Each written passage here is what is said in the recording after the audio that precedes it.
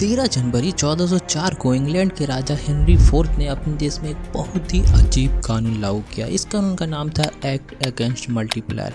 इस कानून के तहत अगर इंग्लैंड में कोई व्यक्ति सोना बनाने या सोना बढ़ाने की कोशिश करेगा तो उसे जेल में डाल दिया जाएगा। पर क्योंकि हेनरी फोर्थ को डर था कि अगर कोई उसके देश में सोना बनाने लगा तो उसकी दौलत और ताकत कम हो जाएगी और इस कारण शायद उसकी गद्दी भी छिन जाए, इसलिए उसने ऐसे कामों पर रोक लगा दिया। लेकिन इसके 200 साल बाद 1689 में रॉबर्ट बॉयल नाम के मशहूर वैज्ञानिक ने बहुत मेहनत करके इंग्लैंड से एक्ट अगेंस्ट मल्टीप्लायर कानून को हटवा दिया। पर क्यों? क्योंकि रॉबर्ट बॉयल खुद सोना बनाने में लगा था। असल में बॉयल पारस पत्थर बनाने की कोशिश कर रहा था, वही चमत्कारी पारस पत्थर जो किसी भी चीज को सोने में बदल सकती है। पर उस वक्त ये काम सिर्फ बॉयल नहीं कर रहे थे, बल्कि सदी के महान वैज्ञानिक आइजैक न्यूटन भी पारस पत्थर बनाने में लगे थे और इसके लिए वह ढेर सारी एक्सपेरिमेंट के साथ साथ ढेर सारी किताबें भी पढ़ते थे, खासकर निकोलस फ्लेमेल की लिखी किताबें। पर आप सोचोगे कि न्यूटन निकोलस फ्लेमेल की लिखी किताबें क्यों पढ़ रहे थे?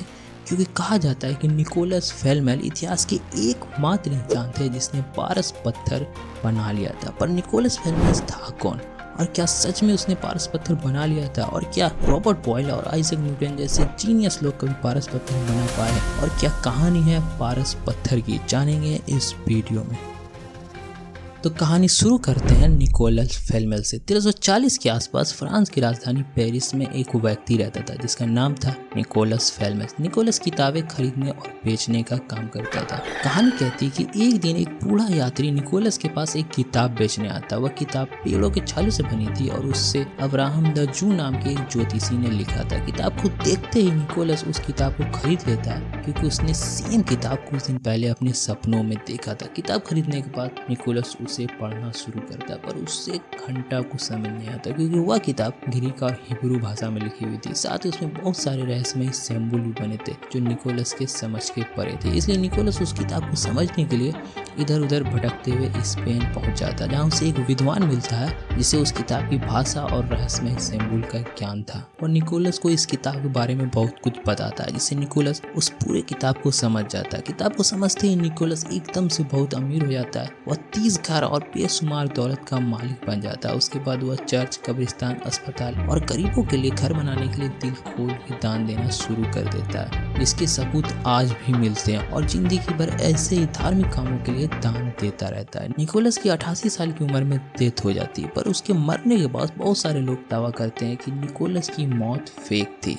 लोगों का कहना था कि निकोलस ने उस किताब से पारस पत्थर बनाना सीख लिया, जिससे वह एकदम से अमीर हो गया। उसने पारस पत्थर से अमरता भी हासिल कर ली और मरने का नाटक करके दूसरे देश चला गया। निकोलस के डेथ के 400 साल बाद कई लोगों ने दावा किया कि उसने निकोलस को भारत के शहरों में घूमते हुए देखा था। पर क्या सच में निकोलस ने पारस पत्थर बना लिया था? इसका जवाब आपको थोड़ी देर में मिल जाएगा, पर उससे पहले बात करते हैं पारस पत्थर और उसे बनाने की कोशिश करने वाले वैज्ञानिकों की। पारस पत्थर, जिसे इंग्लिश में फिलोसोफर स्टोन भी कहते हैं, कैसा दिखता है कोई नहीं जानता। कुछ लोग मानते हैं कि पारस पत्थर पत्थर जैसा होता है, कुछ मानते हैं कि पाउडर जैसा होता है, वही कुछ इसे पानी जैसा लिक्विड मानते हैं। पर एक चीज जो सभी मानते हैं वह पारस पत्थर की पावर। माना जाता है कि पारस पत्थर से न सिर्फ किसी भी धातु जैसे लोहा, टीना, तांबे को सोने में बदला जा सकता है, बल्कि इससे कोई भी बीमारी ठीक की जा सकती है, हमेशा जवान रहा जा सकता है और तो और इससे मौत को भी मात दी जा सकती है, यानी इंसान इससे अमर भी हो सकता है। इसलिए प्राचीन काल से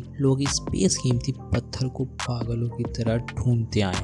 वैसे सबसे पहले पारस पत्थर का आइडिया किसके दिमाग में आया था ये पता करना तो नामुमकिन है, लेकिन सबसे पुरानी किताब जिसमें पारस पत्थर के बारे में लिखा हुआ मिलता है वह 300 ईस्वी की है, जिसे मिस्र के रहने वाले जोसीमोस ने लिखा था। इसलिए माना जाता है कि पारस पत्थर का आइडिया सबसे पहले मिस्र के लोगों को आया। उसके बाद ये बात इस्लामिक देशों में फैली और जब 12वीं शताब्दी में इस्लामिक ग्रंथों का लैटिन में अनुवाद हुआ तो पारस पत्थर की बातें पूरे यूरोप में छा गई। वैसे भारत में भी पौराणिक और अलौकिक कहानियों में पारस पत्थर का जिक्र मिलता है, लेकिन भारत और यूरोप की कहानियों में एक छोटा सा अंतर है। जहाँ भारत की ज्यादातर कहानियां पारस पत्थर की ढूंढने की है, जैसे यमुना नदी और मध्य प्रदेश के रायसेन के किले के तालाब में पत्थर ढूंढने की कहानी मिलती है, वहीं यूरोप में जो कहानियां मिलती है वह है पारस पत्थर बनाने की। 17वीं सदी को सोने का युग कहा जाता है और यूरोप के लोग पागलों की तरह उस वक्त सोना बनाने में लगे थे। वो लोग दिन में अपना रोजमर्रा का काम करते थे और रात में अपनी प्रयोगशाला में सोना और पारस पत्थर बनाने के लिए अंधाधुन एक्सपेरिमेंट करते थे। और ऐसे ही पारस पत्थर बनाने की कोशिश करने वाले लोगों को कहा जाता था अल्केमिस्ट। और अल्केमिस्ट की जो सबसे फेमस फोटो है वो ये है। इस फोटो में जो आदमी दिख रहा है उसका नाम है हेनिंग ब्रांड। ब्रांड को लगता था कि इंसानों के पेशाब से पारस पत्थर बनाया जा सकता है, इसलिए 1669 में ब्रांड ने इंसानों के पेशाब के साथ एक्सपेरिमेंट करना शुरू किया। पहले तो उसने 50 बाल्टीन पेशाब को गर्म करना शुरू कर दिया। घंटों पेशाब उबालने से पेशाब गाढ़े पेस्ट में बदल गया। उसके बाद ब्रांड ने उस गाढ़े पेस्ट को भी गर्म किया, जिससे वह गाढ़ा पेस्ट मोम जैसे पदार्थ में बदल गया जो अंधेरे में चमकता था और हवा के संपर्क में आने से जलने लगता था। और इस तरह ब्रांड ने पारस पत्थर बनाने की कोशिश करते हुए गलती से एक नए तत्व को खोज लिया था जिसका नाम रखा गया फास्फोरस। पर ब्रांड ने 6 सालों तक फास्फोरस बनाने का सीक्रेट किसी को भी नहीं बताया। असल में सभी अल्केमिस्ट ऐसे ही थे, वो अपने एक्सपेरिमेंट किसी को नहीं बताते थे, यहाँ तक कि वो एक्सपेरिमेंट के नोट्स भी सीक्रेट कोड और सिंबल में लिखते थे। और ऐसा वो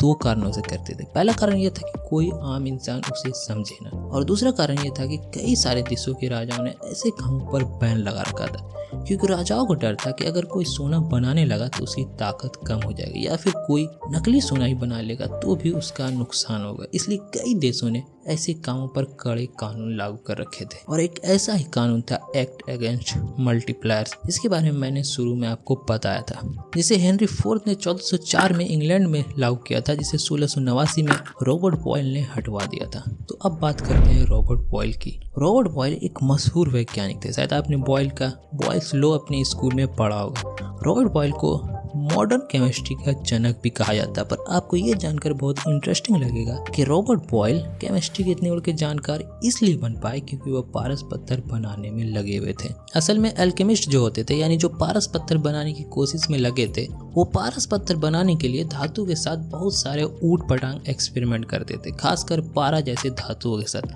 वह पारा को शुद्ध करते, फिर अलग अलग धातुओं के साथ मिलाकर पारस पत्थर या सोना बनाने की कोशिश करते थे।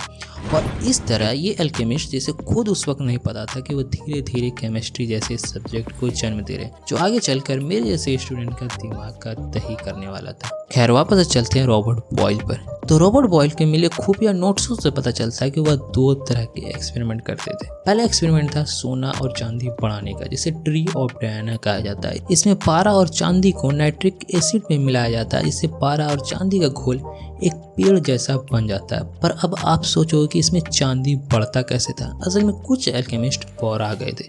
वो मानते थे कि धातुओं में भी जान होती है, वो भी पेड़ों की तरह जमीन के अंदर बढ़ते हैं, लेकिन जब उसे जमीन से निकाल लिया जाता है तो वह बेजान हो जाते हैं। लेकिन ट्री ऑफ डायना एक्सपेरिमेंट से उसमें दोबारा जान फूंक के धातु को बढ़ाया जा सकता है। तो आपको ये जानकर बहुत अजीब लगा होगा, पर ये बात वो मानते थे। पर सच्चाई ये थी कि ट्री ऑफ डायना एक्सपेरिमेंट से धातु पेड़ जैसा आकार तो ले लेता है, पर उस धातु की मात्रा पहले जितनी ही रहती। तो अब चलते हैं रॉबर्ट बॉयल के दूसरे एक्सपेरिमेंट पे, जो कि था पारस पत्थर बनाने का। रॉबर्ट बॉयल ने रेड अर्थ नाम का एक सीक्रेट पाउडर बना लिया था, और बहुत सारे एल्केमिस्ट मानते थे कि अगर कोई रेड अर्थ बना लेता है तो उसके लिए पारस पत्थर बनाना आसान हो जाता है। पर रॉबर्ट बॉयल कभी पारस पत्थर नहीं बना पाए, पर उसने अपने सारे एक्सपेरिमेंट को बहुत सीक्रेट रखा था, यहाँ तक कि उसने मरने से पहले कई नोट्स भी चला दिए। 1689 में रॉबर्ट बॉयल की डेथ हो गई। डेथ के बाद बॉयल के दोस्त जॉन लॉकर ने रेड अर्थ बनाने का फॉर्मूला और रेड अर्थ का सैंपल मालूम है किसको दे दिया?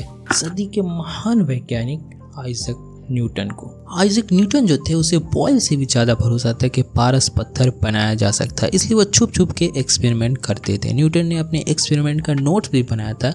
उसने अल्केमिस्ट विषय पर 10 लाख से ज्यादा शब्द लिखे थे, पर उसकी राइटिंग सीक्रेट कोड और सिंबल में लिखी हुई है ताकि आम इंसान समझे ना। पर आइजैक न्यूटन को जो रेड अर्थ वाला सीक्रेट पाउडर मिला था, उसका उसने क्या किया ये किसी को भी नहीं पता। लेकिन जिस साल आइजैक न्यूटन को रेड अर्थ बनाने वाला फॉर्मूला मिला था, उसी साल उसका मेंटल हेल्थ खराब हो गया था। और कई लोग मानते हैं कि न्यूटन का मेंटल हेल्थ इसलिए खराब हुआ होगा क्योंकि न्यूटन रेड अर्थ बनाने की कोशिश करता होगा, क्योंकि रेड अर्थ बनाने में पारा को बार बार गर्म और ठंडा करना पड़ता है। और पारा जो है वह एक जहरीला धातु होता है। उसका धुआं शरीर में जाने पर डिप्रेशन, चिड़चिड़ापन और कई तरह के मेंटल इशू होने लगते। और यही सेम चीज उस साल न्यूटन के साथ भी हुआ। यहाँ तक कि न्यूटन के डेथ के बाद जब उसके शरीर की जांच की गई तो उसमें बहुत अधिक मात्रा में पारा पाया गया था। पर इतनी कोशिशों के बावजूद न्यूटन जैसा जीनियस व्यक्ति भी पारस पत्थर नहीं बना पाया। असल में पारस पत्थर जैसी चीज बना ही नहीं जा सकती। पर आप सोचो कि निकोलस फ्लेमेल का क्या उसने पारस पत्थर नहीं बनाया था?